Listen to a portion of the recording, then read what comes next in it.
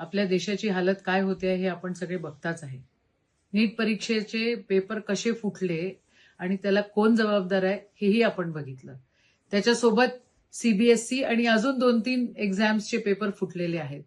पण ह्याचं अकाउंटेबिलिटी सरकार घ्यायला तयार नाही आहे. आणि आपले धर्मेंद्र प्रधानजी ते तर काय करतायत त्यांचं त्यांना माहिती. त्यांनी खरं राजीनामा दिला पाहिजे. हे अकाउंटेबिलिटीच्या नावाने जे अधिकारी जबाबदार आहेत त्यांचे फक्त बदल्या इकडून तिकडे बदल्या करतायत. चीड येते खरं.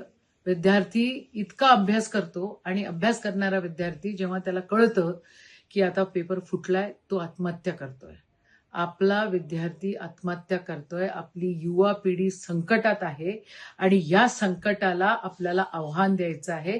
हे आव्हान देण्यासाठी NSUIचे राष्ट्रीय अध्यक्ष विनोद जाखडजी अमरावतीमध्ये येत आहेत. माझी आपल्याला सगळ्यांना विनंती आहे की 5 तारखेला संध्याकाळी 5 वाजता आपण डॉक्टर बाबासाहेब आंबेडकर चौकामध्ये, इरविन चौकामध्ये त्या ठिकाणी उपस्थित राहावे आणि नीट आणि सीबीएसई पेपर फुटीच्या विरोधात त्या ठिकाणी सरकारला जबाब विचारावा.